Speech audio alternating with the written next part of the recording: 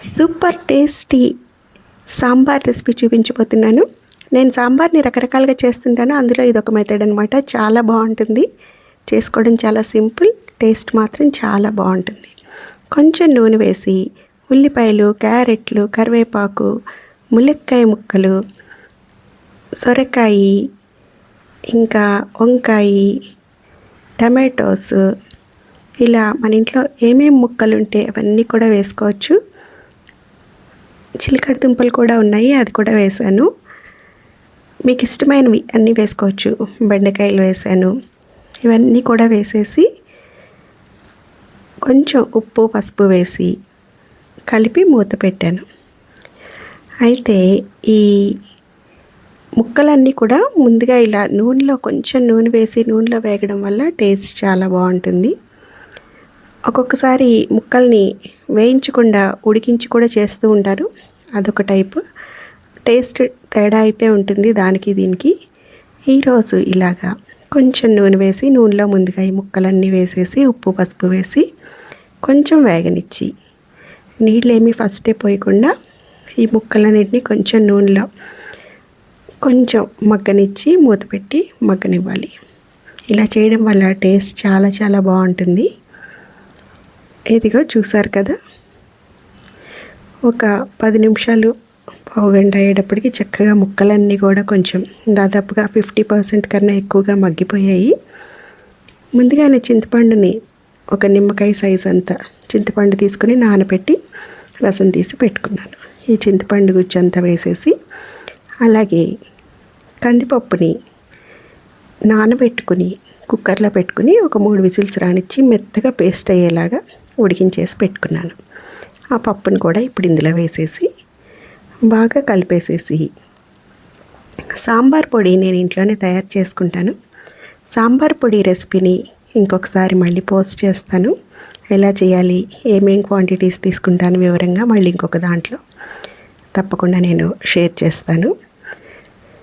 ఇవన్నీ బాగా కలిపిన తర్వాత సాంబార్ పొడి వేసేసుకుని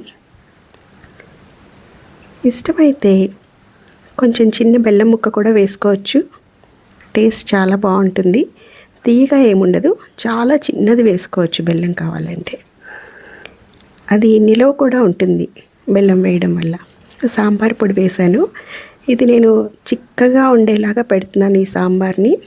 ఇష్టం లేదు అనుకుంటే కొంచెం ఎక్కువ వాటర్ పోసుకుని ఇంకొంచెం పల్చగా, అంటే కన్సిస్టెన్సీ అనేది ఎంత పల్చగా కావాలి అనేది మీరు తినేదాన్ని బట్టి చేసుకోవచ్చు. కరివేపాకు కూడా ఇలా రెమ్మగా వేయడం వల్ల అది మంచి ఫ్లేవర్ వస్తుంది. ఇవన్నీ బాగా చక్కగా ఇంకా ఉడికి దగ్గరికి అయ్యే కొద్దీ చాలా బాగుంటుంది టేస్ట్. ఈ సాంబార్ అనేది మనం కలర్ఫుల్గా ఉండడం కోసం కొంచెం కారం కూడా వేస్తున్నాను. యాక్చువల్గా సాంబార్ పొడిలో కూడా నేను ఎండుమిర్చి కూడా వేశాను, అదే సరిపోతుంది కారం. కానీ ఇంకొంచెం కలర్ఫుల్గా ఇంకా టేస్ట్ బాగుండడం కోసం ఇంకా కొంచెం కారం కూడా వేశాను. ఇష్టం లేదనుకుంటే సాంబార్ పొడి ఒకటి వేసుకుని స్కిప్ చేసేసేయచ్చు కారం వేయకుండా. చూసారు కదా ఎంత దగ్గరగా ఉందో.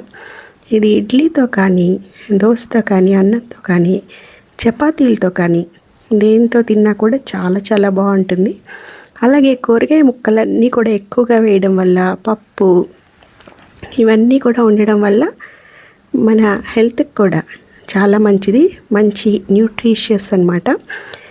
ఉడుకుతూ ఉండగా ఉప్పు చూశాను, ఉప్పు కొంచెం తక్కువైందని నేను మళ్ళీ కొంచెం ఉప్పు కూడా వేసుకున్నాను. ఫైనల్గా సాంబార్ ఎప్పుడు నెయ్యితో తాలింపు వేసుకుంటే టేస్ట్ చాలా బాగుంటుంది, మంచి గుమగుమలాడుతూ ఉంటుంది. కొంచెం నెయ్యి వేసి తాలింపు దినుసులు, మెంతులు, ఆవాలు, జీలకర్ర, ఎండుమిరపకాయలు, ఇంగువ, కరివేపాకు, ఇష్టమైతే వెల్లుల్లి రెప్పలు కూడా వేసుకోవచ్చు. ఇవన్నీ వేసి బాగా చక్కగా వేగిపోయిన తర్వాత పైన తాలింపు వేసేసుకుంటే సూపర్గా ఉండే అతిరే రుచితోటి చిక్కటి సాంబార్ రెడీ. ఇది హోటల్లో సాంబార్లో లాగా ఉంటుంది. టేస్ట్ చాలా చాలా బాగుంటుంది. చూసారు కదా, ఇలాంటి మంచి మంచి రెసిపీస్ కోసం ఇంకా ఎవరైనా మన ఛానల్ని సబ్స్క్రైబ్ చేయకపోతే తప్పకుండా సబ్స్క్రైబ్ చేయండి, లైక్ చేయండి, షేర్ చేయండి. ఈ సాంబార్ని రైస్ తోటే కాకుండా రోటీస్ తోటి, ఇడ్లీతోటి, దోశతోటి దేనితోటైనా తీసుకోవచ్చు. Thank you for watching.